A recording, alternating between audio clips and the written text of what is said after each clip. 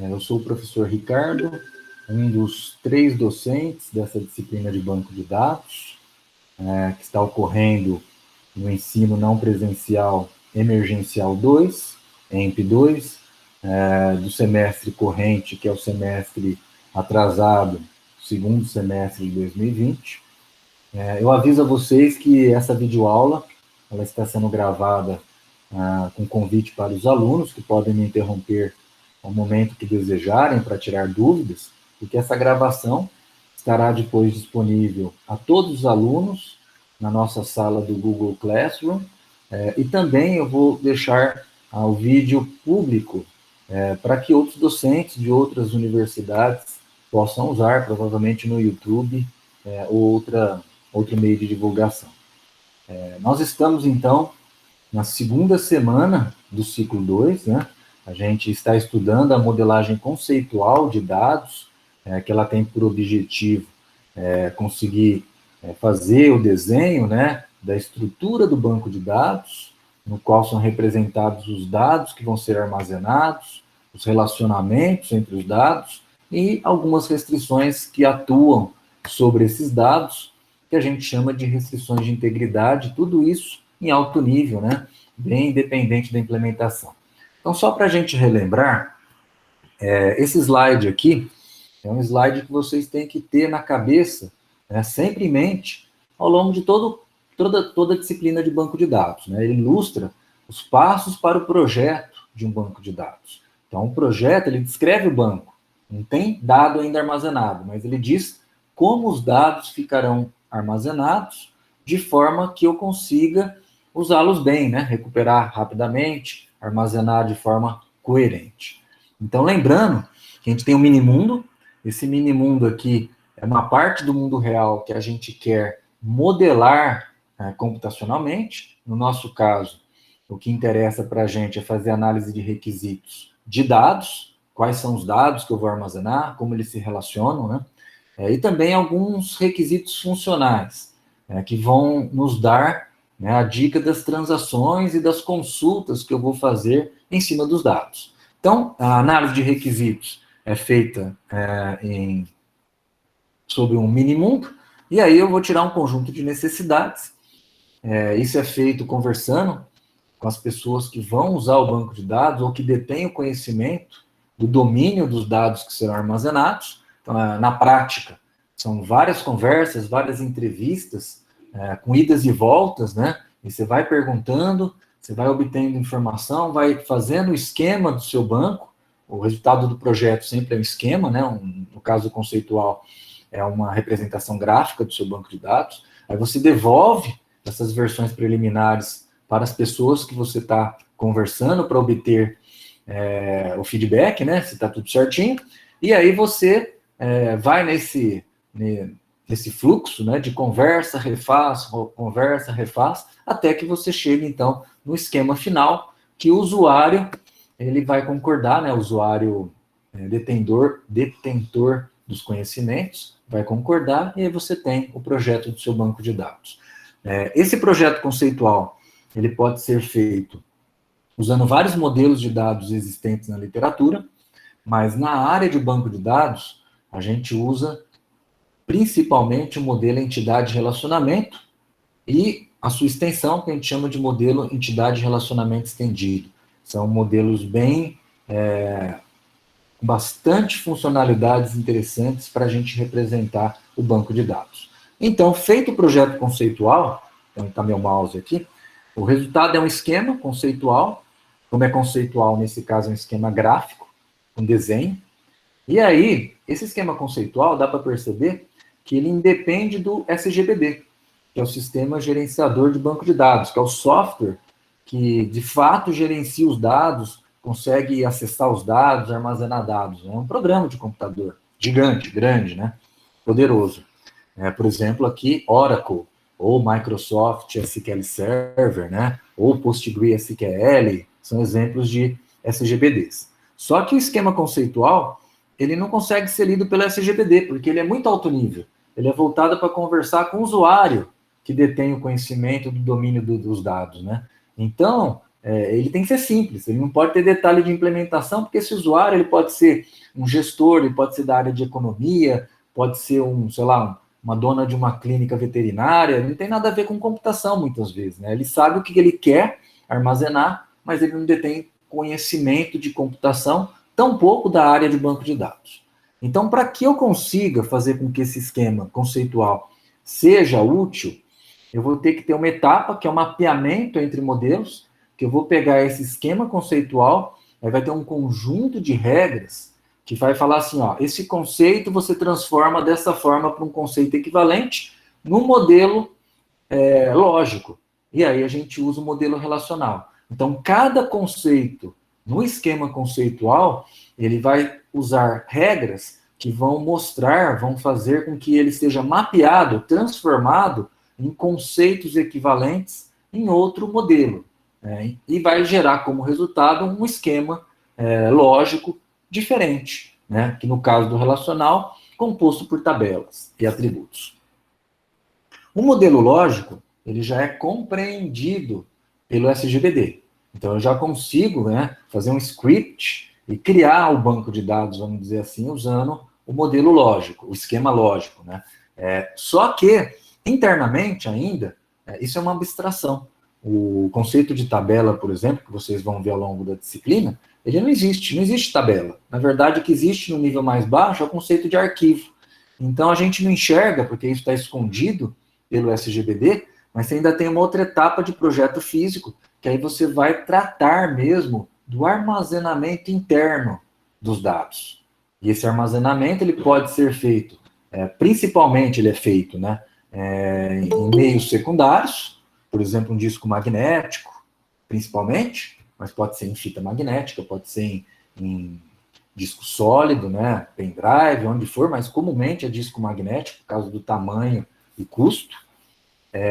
E uma parte pode ficar em memória primária para agilizar o acesso, mas tudo isso é projeto físico. Então percebam que a gente começa do projeto conceitual, gera um esquema, mapeio, tem um esquema lógico, internamente tem um mapeamento, que aí tem o esquema físico. Então esse é o resumo, pessoal, de todo o processo de modelagem de dados, lembrando que toda vez que eu falar projeto, envolve as 3 fases, projeto em nível conceitual, depois em nível lógico e nível físico.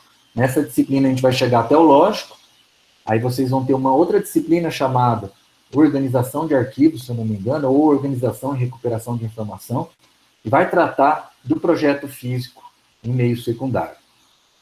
E lembrando que o resultado de um projeto sempre é um esquema.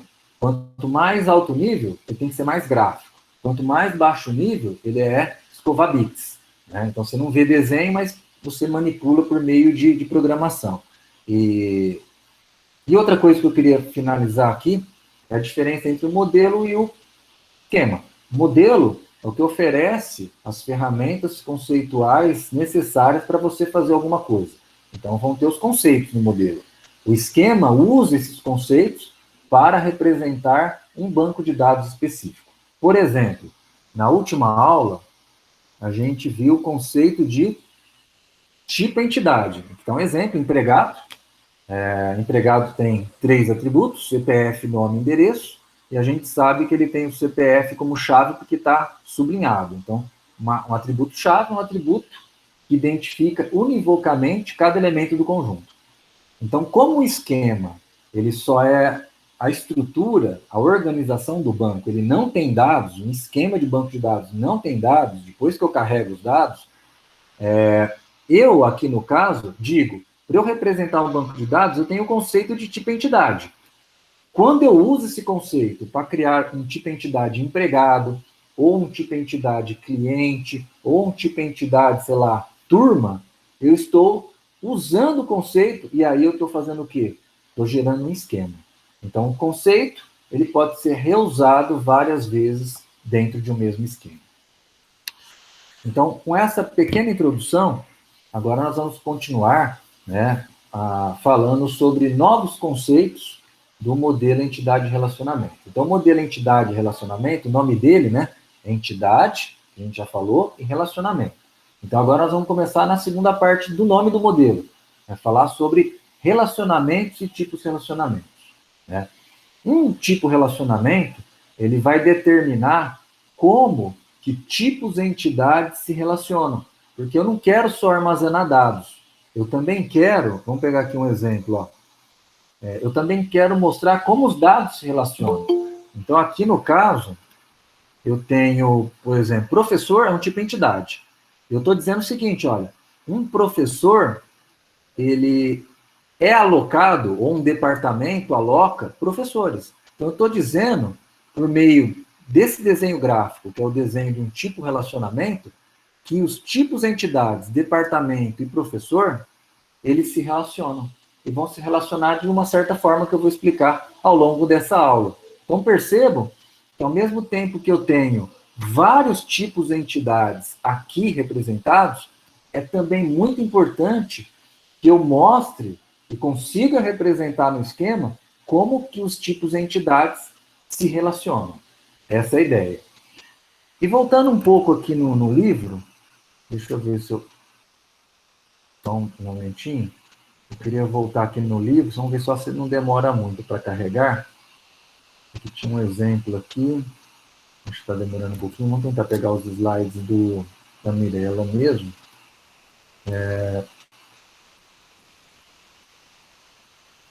Um segundinho só. Aqui nós vamos... Aqui, pessoal, nós estamos em ensino remoto, então eu estou em casa, e aí em casa tem, obviamente, né, o barulho externo de vizinhos, de mesmo de pessoas aqui em casa, então eu peço a compreensão de vocês, tá?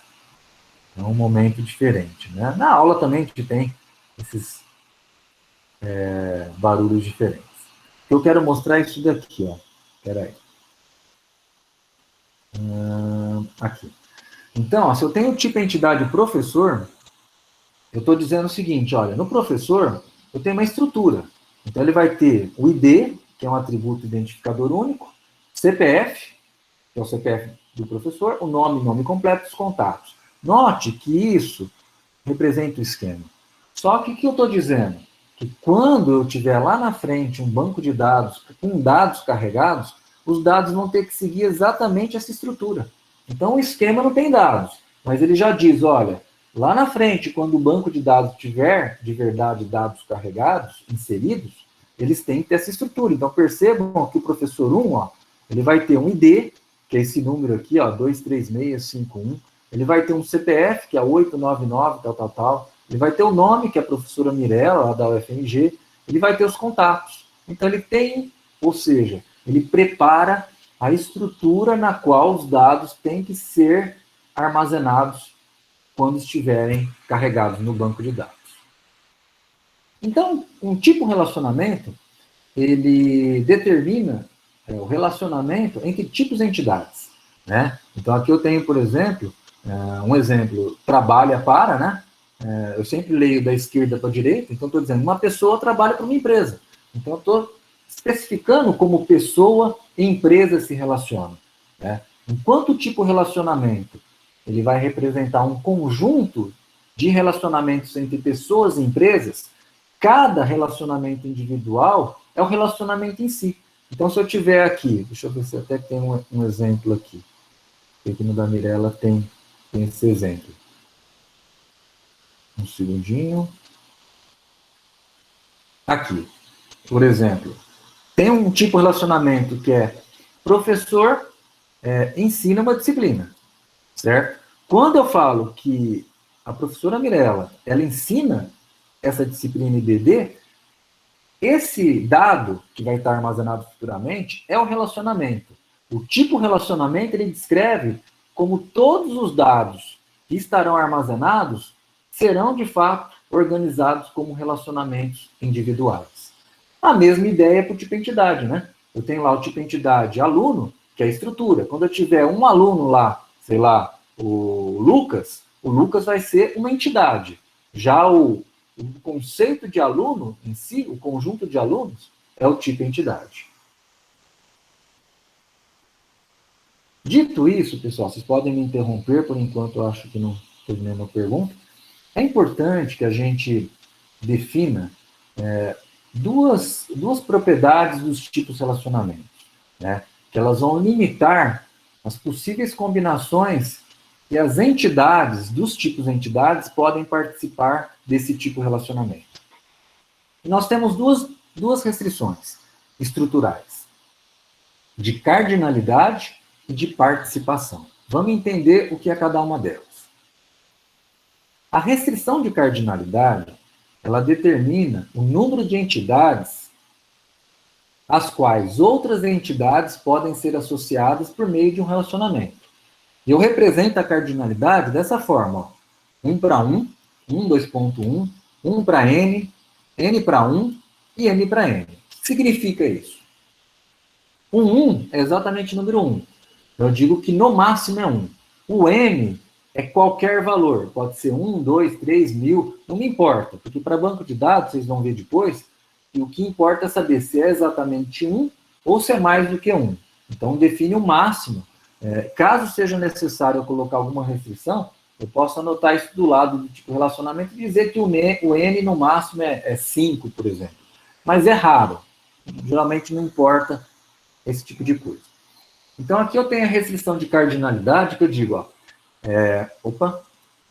o empregado, tipo entidade empregado, então se eu pegar o empregado, ele vai gerenciar, eu sempre olho do outro lado, no máximo um departamento. Então, aqui se eu tiver o Ricardo, sou empregado, eu posso gerenciar no máximo, por exemplo, o departamento de computação. Essa restrição de cardinalidade, ela diz o máximo. Então, eu não vou, se eu modelar o meu banco como 1 para 1, eu não posso permitir, na hora de que tiver dados, do Ricardo gerenciar 2 departamentos, porque eu estou violando uma restrição de integridade do banco. Então, esse número 1 aqui é uma restrição de integridade.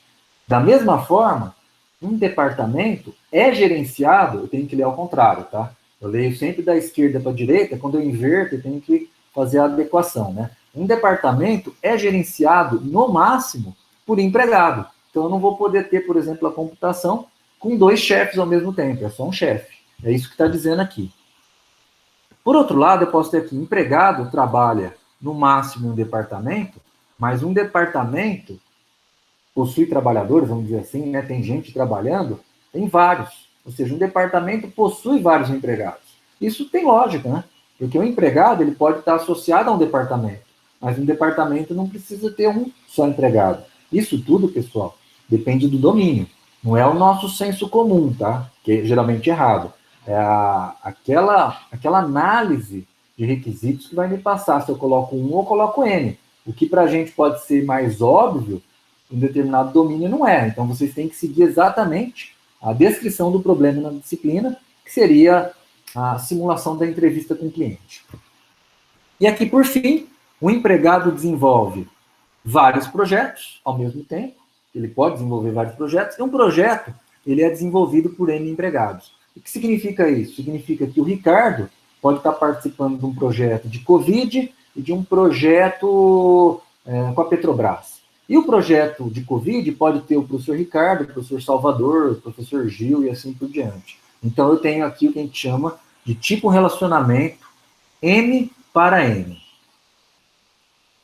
Vamos ver se tem algum slide aqui que me ajuda. Aqui tá legal, ó.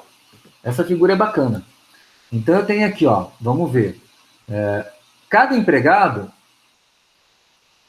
ele está relacionado, participando de um tipo de relacionamento, percebam? Então, aqui, o empregado participa no máximo, está associado no máximo de um departamento. Só que se a gente pegar um departamento, o que vai acontecer? A gente percebe que o departamento 1, ele participa do tipo de relacionamento R1, R3 e R6. Isso significa que está associado com outros empregados. Então, o departamento ele tem vários empregados. Então, como eu modelaria isso? Eu modelaria que o empregado ele tem um tipo de relacionamento, trabalha para, que é N para 1. Ou seja, do lado do departamento eu posso ter vários empregados, mas do lado do empregado ele está associado só com um departamento. Essa figura é bacana aqui. Mas isso é quando tiver dados. Né? No projeto, no esquema, é só organização. Agora nós vamos para a restrição de participação. Enquanto a cardinalidade anterior, que esse 1 aqui, esse N, determina o máximo possível, a participação determina o mínimo necessário. Então, aqui, quando eu coloco que a participação é total, isso significa duas linhas aqui. Eu estou dizendo, ó, todo empregado tem que participar do tipo relacionamento. Ou seja, se eu tiver o Ricardo, o João, o Pedro, todo mundo vai estar participando do trabalho, consequentemente, ele vai estar associado a um departamento. Então, quando eu coloco participação total, a minha exigência é pelo menos um, tem que participar, não é opcional. Quando eu coloco só a linha simples, eu posso ter aqui um empregado que ele não participa do tipo relacionamento. Por quê? Tem sentido aqui, ó. Nem todo empregado é o chefe, é o gerente do departamento. Então, eu posso ter aqui 100 empregados armazenados, mas só quem é gerente participa do tipo relacionamento. Os demais, eles não participam. Então, é o quê? É opcional. Quando eu tenho uma linha simples, eu estou dizendo que pode ser 0 ou 1 a quantidade de participações. E aí a gente tem, então, o obrigatório, que é o total, ou o parcial, que pode ser opcional 0 ou 1. Voltando aqui na figura da Mirella, nesse exemplo aqui, é total, porque todo empregado participa do trabalho a para. Agora, imagina que eu não tivesse essas duas linhas vermelhas aqui, do E5 e do E7, e que eles estivessem armazenados num conjunto de empregado. Então, aí seria o quê? Parcial, porque eu teria empregado que não estaria participando do tipo relacionamento. É isso que quer dizer. Se vai ter a necessidade de todos os empregados participarem do tipo relacionamento ou não, se vai ser opcional. Alguma dúvida até aqui, pessoal? Podemos prosseguir? Alguém levantou uma mãozinha, deixa eu ver. Não, por enquanto não, pelo menos não está acusando nada aqui. Então, continuando, aqui depois vou passar exercícios para vocês fazem. Agora nós vamos ver o grau de tipos relacionamentos. Tipo relacionamento, ele liga tipos à entidade, mas pode ser uma só, o mais comum é duas, que a gente chama de binária, ou pode ser ternário, quaternário, enário. Né? Então aqui é um exemplo de um tipo relacionamento unário. Por quê? Porque ele é recursivo, eu estou relacionando empregado com empregado. Então eu tenho um conjunto de empregados, o Ricardo, a Maria, o José, a Marilde, a Marcela, o Pedro, o Gil, está todo mundo aqui dentro. Só que eu tenho um relacionamento entre os próprios empregados desse conjunto que eles se relacionam na condição ou de subordinado ou de supervisor. Então, eu posso ter, por exemplo, o Ricardo, ele é supervisor da Maria. Então, a Maria vai ser o quê? Subordinada do Ricardo. Então, percebam que como eu estou relacionando entidades de um mesmo tipo de entidade, a gente vai ser obrigado a colocar o que a gente chama de nomes de papéis, para indicar qual papel que aquela entidade vai estar tendo nesse relacionamento, né? Que pode ser subordinado ou supervisor. E com isso fica claro, por exemplo, que o empregado, na condição de supervisor, ele supervisiona vários empregados na condição de subordinado. Já o empregado, na condição de subordinado, ele é supervisionado no máximo por quantos supervisores? No máximo 1. Então a gente lê diferente em função do papel que exerce a entidade nesse tipo de relacionamento. E como é opcional, o que eu estou dizendo? Que eu posso ter empregado sem supervisor, porque não está a participação total. Se eu quisesse que todo empregado tivesse supervisor, eu teria que colocar aqui o quê? Total. Só que o problema é que eu teria que, pelo menos na hierarquia maior, o chefe de todos ser o próprio chefe, né? Se eu quiser que seja total, porque todo mundo teria que ter um supervisor. Aqui está o tipo de relacionamento mais comum, o binário, que é o que a gente vai ver em quase todo desenho esquemático. Sempre tem dois tipos de entidades que se relacionam. E foi o que a gente discutiu anteriormente com a cardinalidade e a participação, no caso aqui, que é só uma linha, então é opcional. E aqui a gente já entra num conceito mais avançado, e que é útil, mas um pouco mais raro. Às vezes, pessoal, eu preciso relacionar mais do que um tipo de entidade ao mesmo tempo, mais do que duas. Nesse exemplo, três. Por quê? Porque eu tenho que garantir que ocorra o relacionamento conjuntamente entre, nesse caso, os três tipos de entidade. Acho que tem até um outro aqui que é mais fácil, deixa eu ver. Esse aqui eu gosto mais de explicar. Né? Então, aqui você tem um tipo de relacionamento, desculpe, um tipo de entidade de departamento, por exemplo, computação. Você tem um empregado, por exemplo, Gil Vicente, e você tem projeto, por exemplo, um projeto Covid-19. Eu estou dizendo o seguinte, eu quero fazer a descrição desses dados, o relacionamento, e eles têm que ocorrer junto. É importante para o meu banco de dados que eles ocorram conjuntamente, ou seja, um departamento, um projeto e um empregado ocorram conjuntamente. É uma demanda do negócio. Né? Então, eu crio um tipo de relacionamento ternário. Por que ternário? Porque tem três tipos de entidades, então, por isso é ternário, e eu tenho aqui a cardinalidade, como a gente viu, e a participação. Só que ela tem uma forma diferente que eu vou ensinar para vocês. Como que a gente lê esses números? Eu vou pegar 2 a 2. Então, se eu pegar dado um departamento e um projeto, então, dado um departamento, computação, e um projeto, por exemplo, Covid-19, quantos empregados eu posso ter associados? Então, eu sempre pego 2 e olho do outro lado, ó, o N. Então, estou dizendo que eu posso ter vários empregados relacionados com departamento e projeto ao mesmo tempo. Da mesma forma, eu pego projeto e empregado.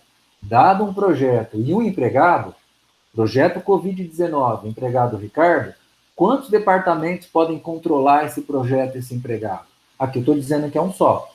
Poderia ser vários, mas aqui eu estou dizendo que eles só podem estar associados com um. E lá no banco de dados, quando armazenar dados, isso tem que ser respeitado. Tá? E por fim, dado um departamento e empregado, quantos projetos ele pode ter? Aqui também diz que é só um, porque o projeto é do mesmo departamento que o empregado. É isso que ele está dizendo. Ele está dizendo, olha, quando eu falo que eu só tenho um, eu estou dizendo que o projeto ele tem que estar associado a um departamento e só pode ter empregados do mesmo departamento. Basicamente é isso. E aqui eu tenho um exemplo. Ó.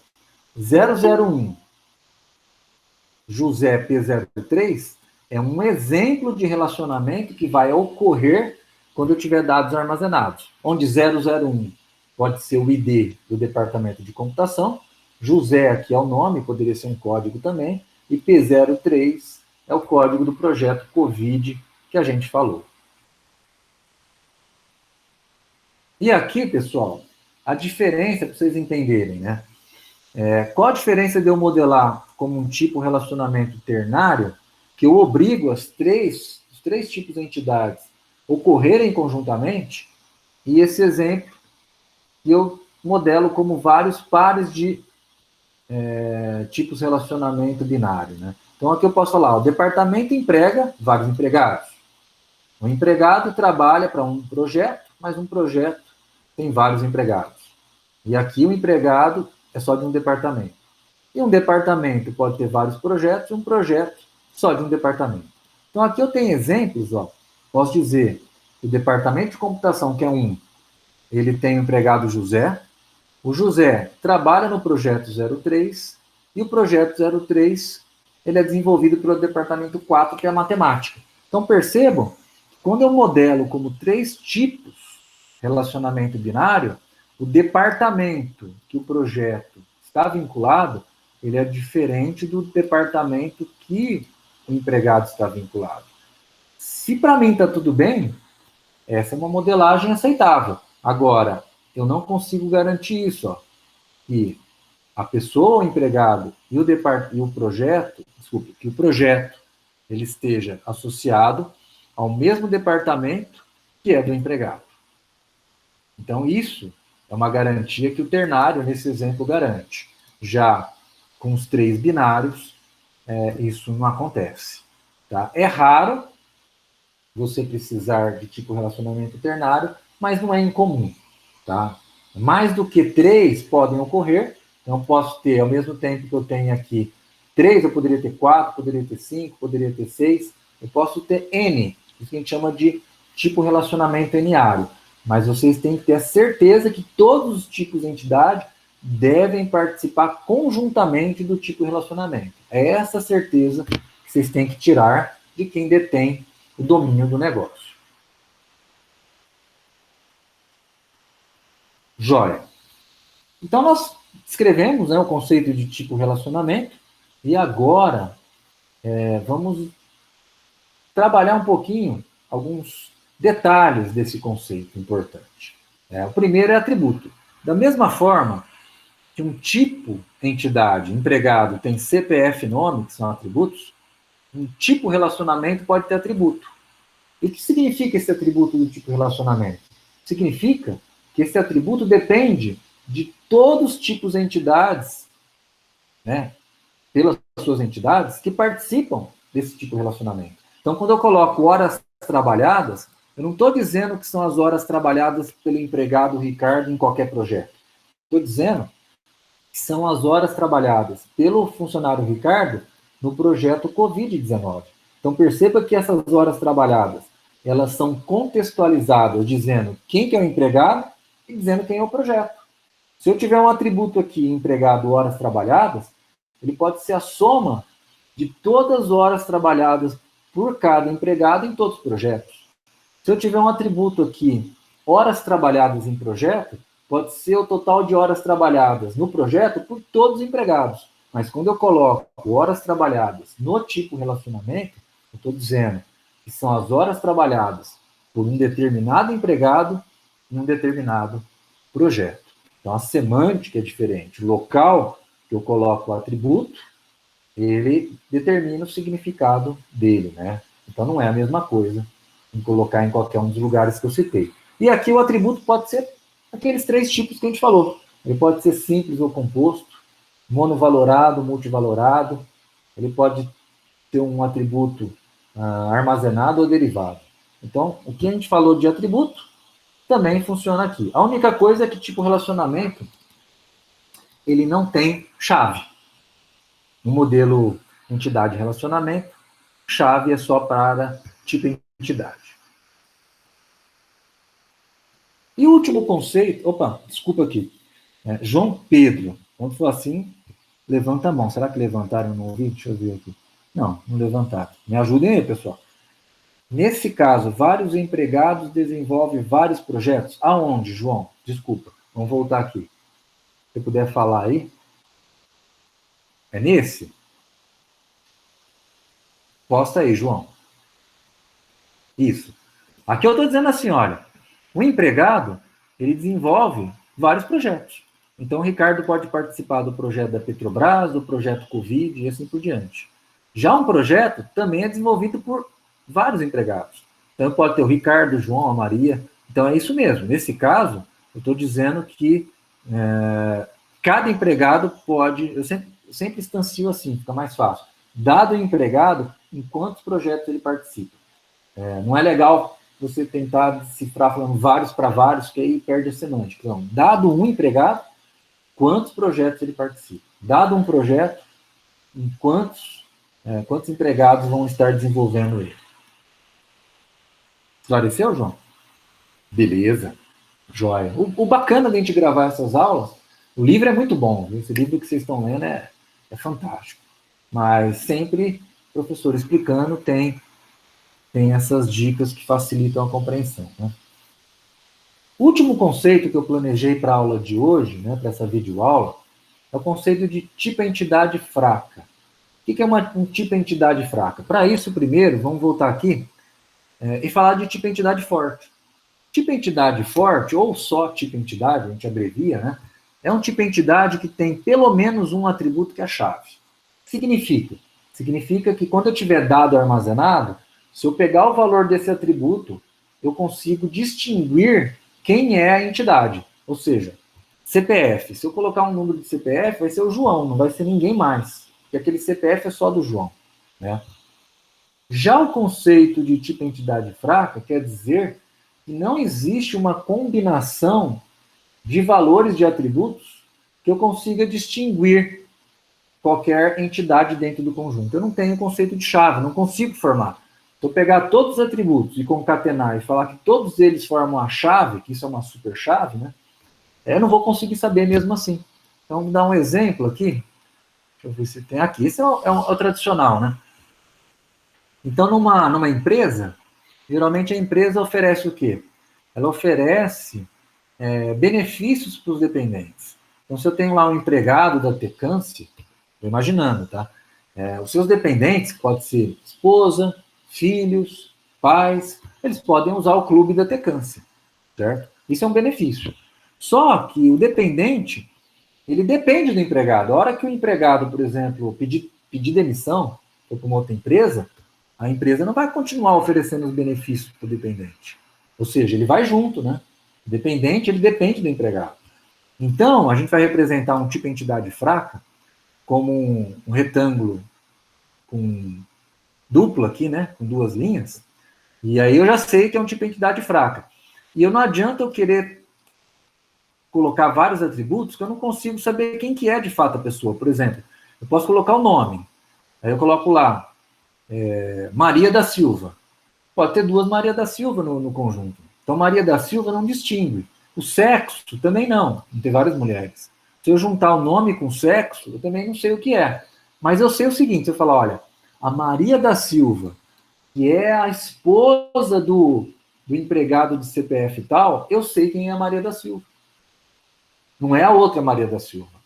Então, percebam que para eu identificar cada entidade em um tipo de entidade fraca, eu preciso ir até ao tipo de entidade forte que ela depende, para conseguir distinguir. Então, basicamente, um tipo de entidade fraca não tem chave, como daqui, ó, grifado, mas eu posso ter uma chave parcial. O que é uma chave parcial? Sublinhado, que fala assim, se eu pegar o nome e vier no tipo de relacionamento que ele vai ter, e pegar o CPF, eu sei quem que é. Que é o exemplo da Maria, que é casada com o empregado e tal. Né? Fora isso, todo tipo de entidade fraca, ele tem que participar de um tipo relacionamento identificador, que tem que ser identificado, né? Então, a representação, esse losango, e ele é duplo também, percebam a diferença, ó, do tipo de relacionamento comum, né? E sempre com participação total do lado do tipo de entidade fraca. Então, por exemplo, eu estou dizendo assim que todo dependente ele tem que estar associado ao empregado. Por quê? Porque senão eu não consigo saber quem é o dependente. Tá? Então, dito isso, a gente tem algumas regrinhas aqui. Ó. Se uma entidade X, por exemplo, um dependente, depende da existência de uma entidade Y, eu falo que X é subordinada a Y e Y é a entidade dominante. O que isso significa? Deixa eu tomar uma água aqui que eu estou com a garganta seca.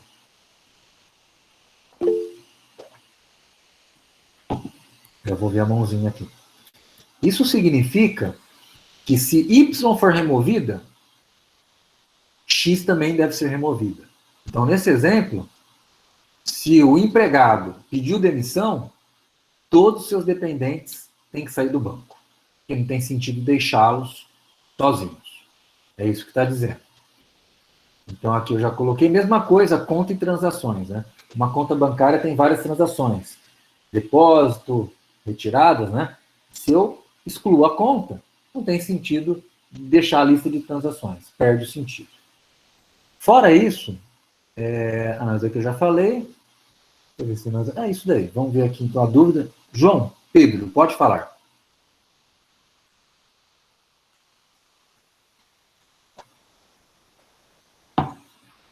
João? A entidade fraca, ela só existe por consequência de uma entidade forte? Sim. Ela só existe porque tem uma entidade forte associada. Senão, não existiria. Perfeito. Porque se ela existisse sem precisar da entidade forte, ela também seria forte e teria uma chave.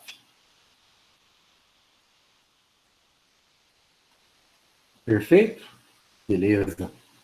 E aqui, pessoal, chegamos no final do que eu queria chegar hoje, né? A gente tem o resultado de um projeto conceitual é um esquema, no caso aqui, como é conceitual, um esquema gráfico como esse, e a gente vai ler ele agora, a gente já consegue ler, né? Eu tenho aqui empregado, que é um tipo de entidade, ou seja, vai armazenar um conjunto de empregados. Eu tenho departamento, outro tipo de entidade. Eu tenho projeto, outro tipo de entidade, todos fortes.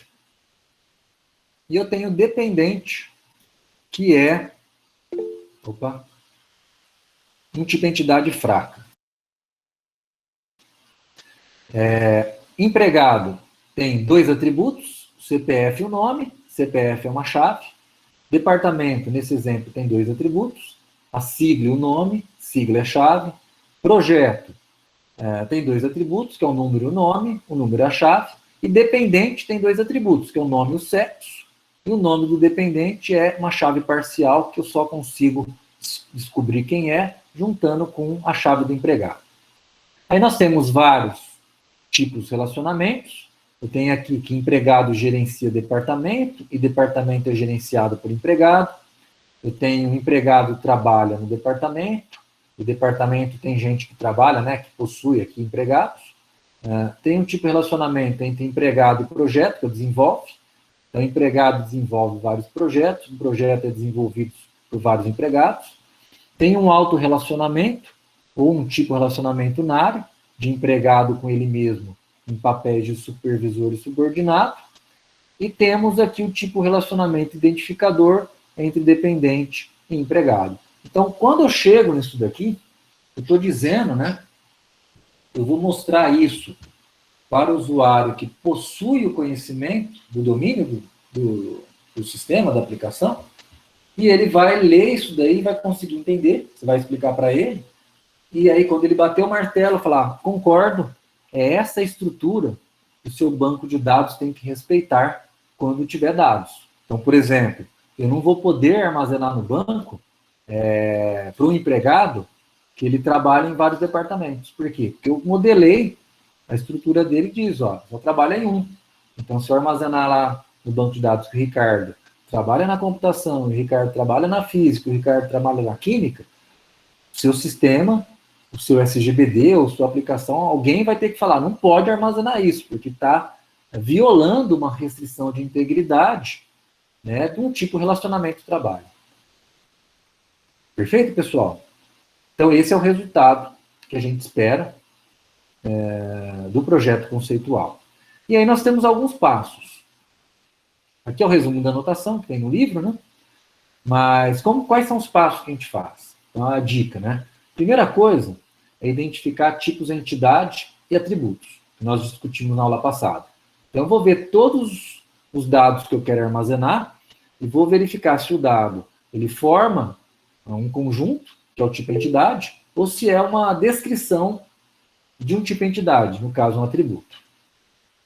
Vou identificar atributo-chave, pode ter várias possibilidades, já te atendo, viu, Bruno?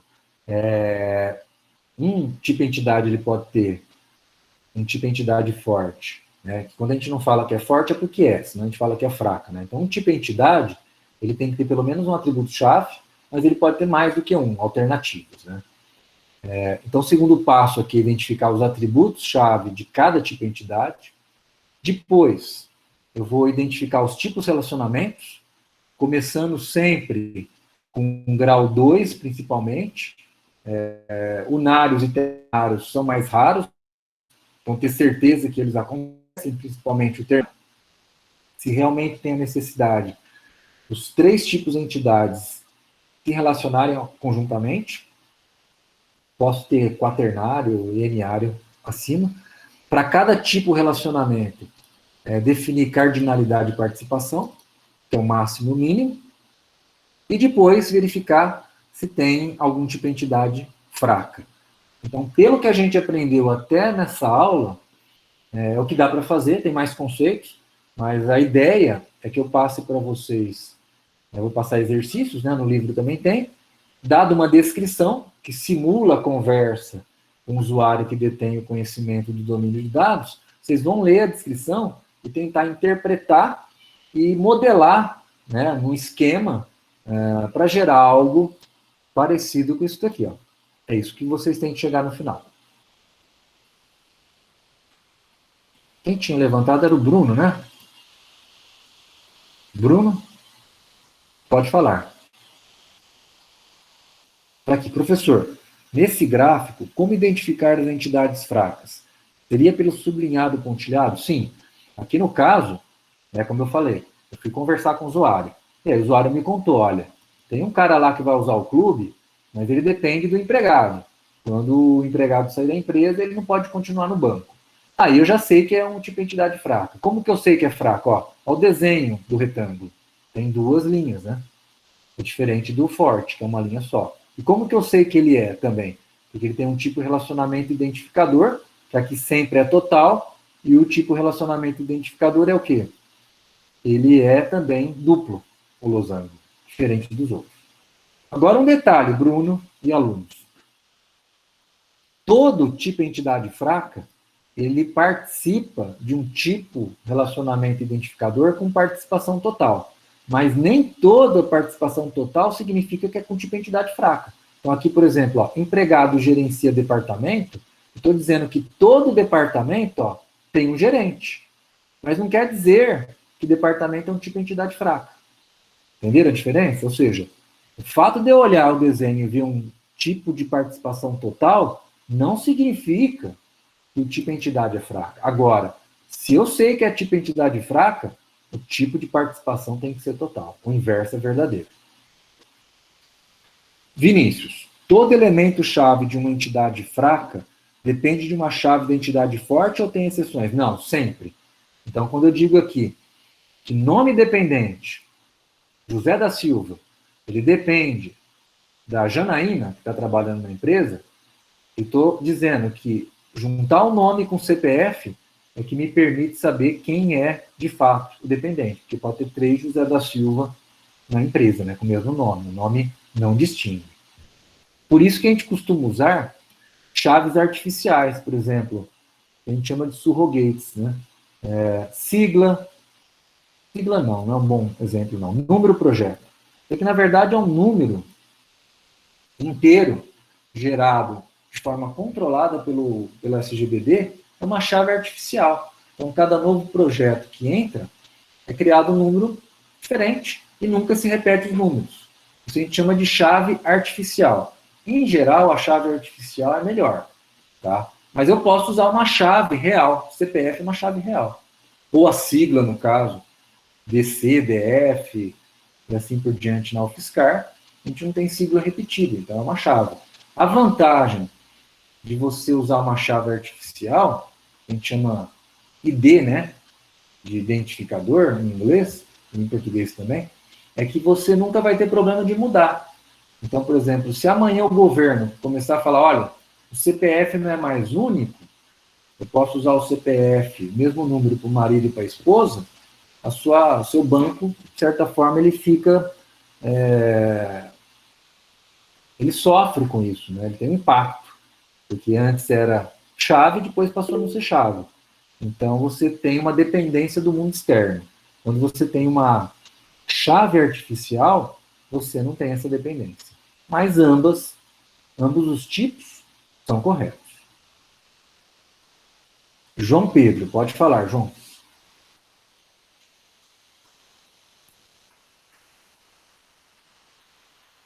Quando existir um relacionamento, um tipo relacionamento, 1 para N, o N significa, por exemplo, um empregado pode ter nenhum ou vários dependentes? Não, não é isso não. Vamos pegar 1 para N aqui, ó. Trabalha. Estou dizendo assim, que um empregado trabalha no máximo em um departamento. Então sempre lê, ó, um empregado lá do outro lado, ó, trabalha no máximo em um departamento. Percebe a palavra no máximo. Em um departamento, tem gente trabalhando, ou possui, aqui no caso para ficar mais fácil de ler, no máximo N empregado. Ele pode ter uma quantidade, pode ter 1, 2 mil, 10 mil, o que for. Então, a cardinalidade determina no máximo. O que determina o mínimo é o quê? A participação. Quando é duplo, por exemplo, aqui departamento, significa que todo departamento obrigatoriamente tem que participar, tem que ter um empregado. Significa que a participação aqui é mínimo 1, né, obrigatório. Quando eu coloco esse outro trabalho, eu estou dizendo, ó, o departamento pode não ter nenhum empregado. Eu acabei de criar o departamento, não deu tempo de contratar ninguém. Ou mesmo pode ter um departamento que funciona só com robô, sei lá, não tem empregado real. E aí é opcional, pode ser 0 ou 1. Entendeu, João? Então, no exemplo, independente pode ter só um dependente. Não, peraí. Errado, certo. É porque não tem sentido. Beleza, tranquilo, João. Enquanto isso, eu tomo uma água. Eu tomo uma água e mostro meu copo do Palmeiras aqui, ó. Estamos ganhando até torneio de bolinha de gude lá do Bexiga, hein, pessoal? Esse ano foi nosso. Vamos lá, João. Vai na paz aí. Enquanto isso, deixa eu ver se tem mais alguma coisa nos slides aqui da Mirella. Eu vou relembrar aqui esse daqui, que é bacana mostrar de novo. Era só o João Pedro colocar a dúvida.